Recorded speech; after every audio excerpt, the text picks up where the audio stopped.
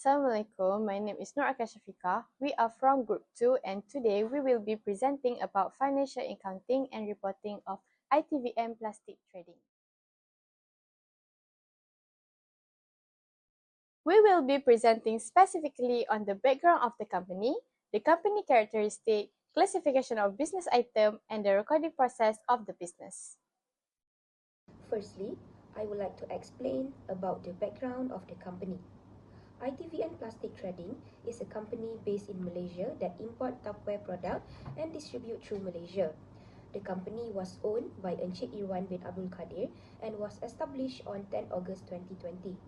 The company is located at number 92 Jalan Kemboja 4A/3, section BS8, Bukit Sentosa 3, 48300 Rawang, Selangor. Mr. Iwan's entrepreneurial journey began with a keen observation about the local market in Malaysia. While Tupperware and storage solutions were commonly available, many Malaysians were unaware of the high-quality, cost-effective Tupperware options available from overseas. Realizing this gap, Mr. Iwan saw a unique opportunity to bring these products to Malaysia, offering consumers a wider variety of choices at lower prices compared to local brands. Inspired by the success of global supply chains and the growing demand for affordable, durable, and innovative storage solutions, he decided to explore this untapped business potential. To get started, Mr. Iwan focused on sourcing Tupperware from several countries known for their quality manufacturing and competitive pricing, such as the Philippines, India, and Indonesia. These countries not only produce high-quality Tupperware, but also offered it at much lower prices than what was typically available in Malaysia. By tapping into these international markets, he was able to offer Malaysian consumer a diverse range of products that were both functional and stylish, while also being affordable. One of the key strategies that set Mr. Iwan's business apart was the strategic use of digital technology. Recognizing the growing importance of the internet and online platforms, he fully embraced e-commerce, using it to plan, coordinate, and streamline his operations. This allowed him to reach customers across the entire country, from urban centers to rural areas, without the need for expensive physical storefronts or distribution centers. For the business characteristics, firstly, Itvn Plastic Trading contribute by the owner from saving itself. Secondly, profits that belong to the owner and any losses incurred will be borne by the owner, which is Mr. Irwan. Thirdly, they manage and control by the owner with the help from his all workers. Lastly, there will be no legal obligation to keep the books and prepare accounts. Next, we will go through to the SWOT. Firstly, our strength. Itvn Plastic Trading product stands out by offering a well-known and trusted brand that resonates with Malaysian consumers. Its recognition in the market adds a layer of reliability, which makes it an appealing choice for those seeking quality and familiarity. This strong brand presence instills confidence, ensuring customers feel secure in their purchase decision. In addition to its brand reputation, the product's unique features set it apart from competitors, providing added value and distinguishing it in the market. The price are affordably, it offers a balance of quality and cost effectiveness, making it accessible to a broad range of consumers without compromising on performance. For the opportunities, there are significant opportunities for growth through potential joint ventures that could expand Itvn Plastic Trading that reach and market present. By partnering with other brands or companies, they can leverage shared resources, expertise, and networks to enhance product distribution, increase brand awareness, and tap into new customer segments. These collaborations could unlock new avenues for innovation and help drive business growth.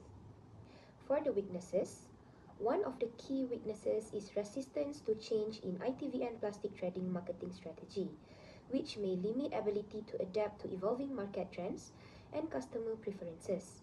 Additionally, the lack of physical promotions reduce visibility and engagement with potential customers, particularly those who rely on in-person interactions to make purchasing decisions. This gap in promotional efforts can hinder ability to fully reach and connect with the broader audience. For the last one is traits. There are several traits that could impact ITVN plastic trading business, including shifts in customer priorities and changing generational exposures, which may affect how different age groups engage with products. As customers, preferences evolve particularly with younger generations seeking new trends or value. We must stay agile to address these shifts. Failing to anticipate or adapt to these changes in consumer behavior could result in the loss of relevance in the market, as competitors who better align with these evolving demands may gain a competitive I edge. would like to present about classification of business item. According to the accounting classification, there are three categories, which is asset, liability, and owner equity. Asset consists of non-current asset, intangible asset, long-term investment, and current asset. Asset is a resource that company controls as a result of past events and that is expected to provide future economic benefits. Let's go one by one. Firstly, current asset. Assets that are expected to be realized within 12 months after the reporting period or during the normal operating cycle of the business. For the business, their current assets are cash and inventory. Secondly, non-current asset. Non-current asset are companies' long-term investment that are not expected to be converted to cash within an accounting year, such as building and land. For this business, their current assets are brand name. This business do not have liability. Next is owner equity. Mr. Irwin invests in initial costs such as registration, license, and franchise fees required to present a brand. They may also need to purchase stock or inventory to start selling products. Additionally, training and certification are often necessary, which might also require financial investment. Next is revenue. Revenue is the total value of all sales of goods and services a company recognizes in a given period. It's also known as gross sales or the top line because it's the first line on an income statement.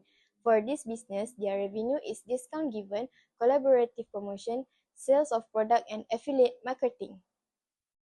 Lastly is expenses. And expenses is a cost company incurs to generate revenue, such as employee wages, rent, and advertising. For this business, there are utilities, employees' wages, and logistic costs. Next is recording process of the business. And this is accounting cycles. Hi, my name is Noor Sharadila, and I will be explaining the business transaction, effects on double entry, and ledger. So first, we're going to start with the business transaction. Here we can see ITVN's plastic trading business transaction. On 1st of January, the owner brought in his own monies to the business amounting 40,000 ringgit. 2nd of January, 500 ringgit cash sales and 1,000 ringgit credit purchases were made. 3rd of January, drawings of good amounting around 200. 4th of January, 40 goods returned back to supplier amounting RM 150. 5th of January, office supplies were purchased by cash amounting RM 100. 6th of January, received loan from Maybank amounting RM 20,000 by check. And 7th of January, goods stolen from the business amounting to RM 30. Next is effect and double entry. Accounting is all about keeping track of financial transactions in a clear and systematic way. And one of the most effective way is double entry system. In double entry, every transaction has two effects, a debit effect and a credit effect.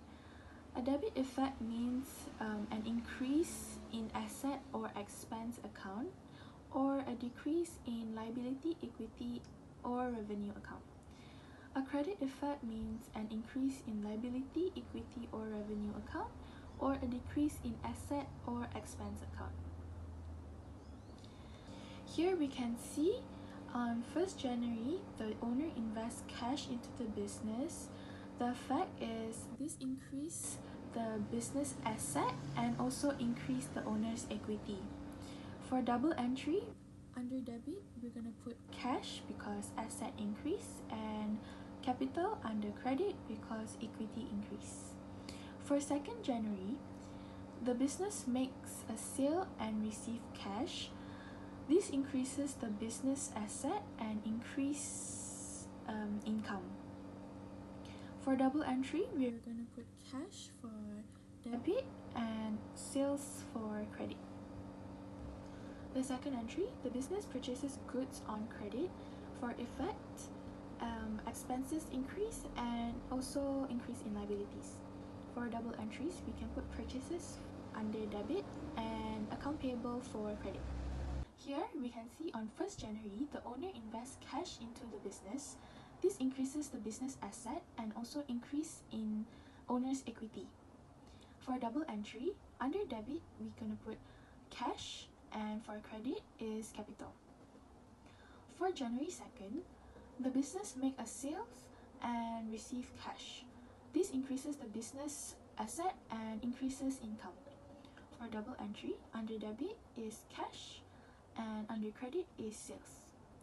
The second entry is the business purchases goods on credit, increases expenses and also increases liabilities. For double entry, purchases will be under debit and accounts payable for credit. Next is ledger. A ledger is a primary book where transactions are classified into specific accounts. For each account, debits are recorded on the left and credit are recorded on the right. This helps track the movement in individual account over a period of time. For example, for cash account, the ledger starts with a capital contribution amounted 40,000 and sales increase the cash balance by 500. While office supplies reduces it by 100 ringgit, the remaining balance is carried forward to the next period, which is February 1st. Next is the capital account. The capital account shows the owner's investment on January 1st, which is 40,000, which is balanced and carried forward to the next period.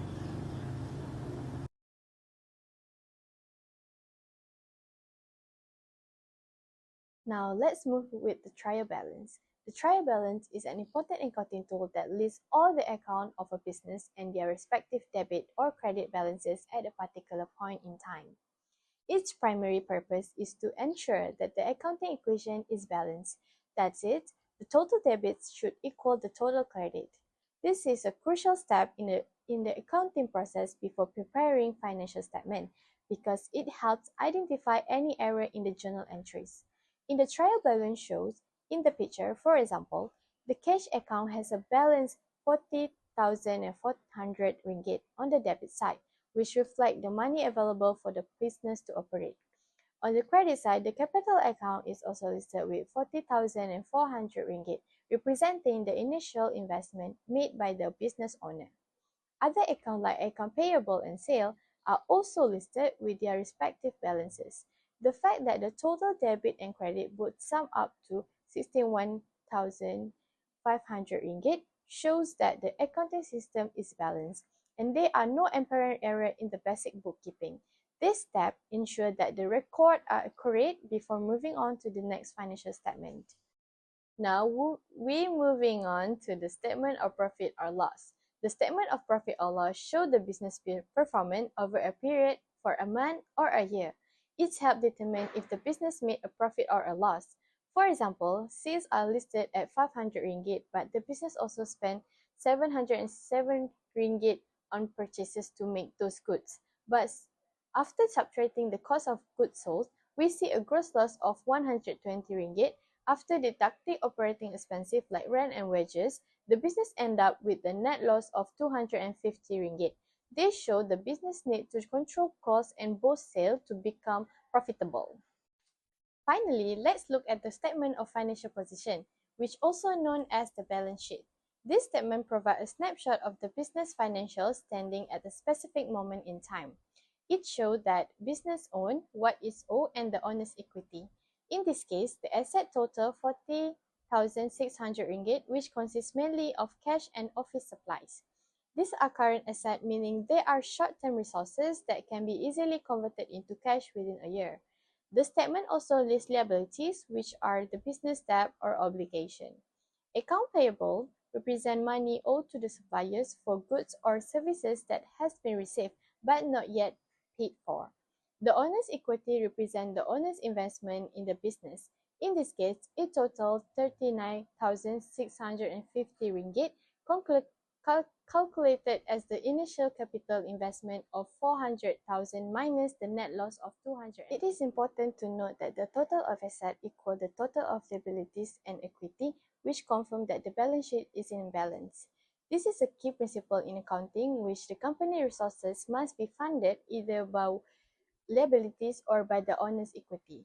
The balance sheet provides a clear picture of the business financial position and help assess its ability to meet its short-term obligation and its overall financial In stability. conclusion, Itvn Plastic Trading's strategy of importing and retailing Tupperware from overseas presents a sustainable business model with both opportunities and risks. By leveraging its strengths and addressing potential weaknesses, the company is well positioned to continue growing and maintaining its competitive edge in Malaysia's evolving market. However, this import-based business model also represents certain challenges. Issues such as supplier fraud, limited customer base, and the impact of currency fluctuations on pricing and profitability could potentially hinder growth. Additionally, the company's reliance on import exposes it to geopolitical risks and supply chain disruptions, which could affect its operations.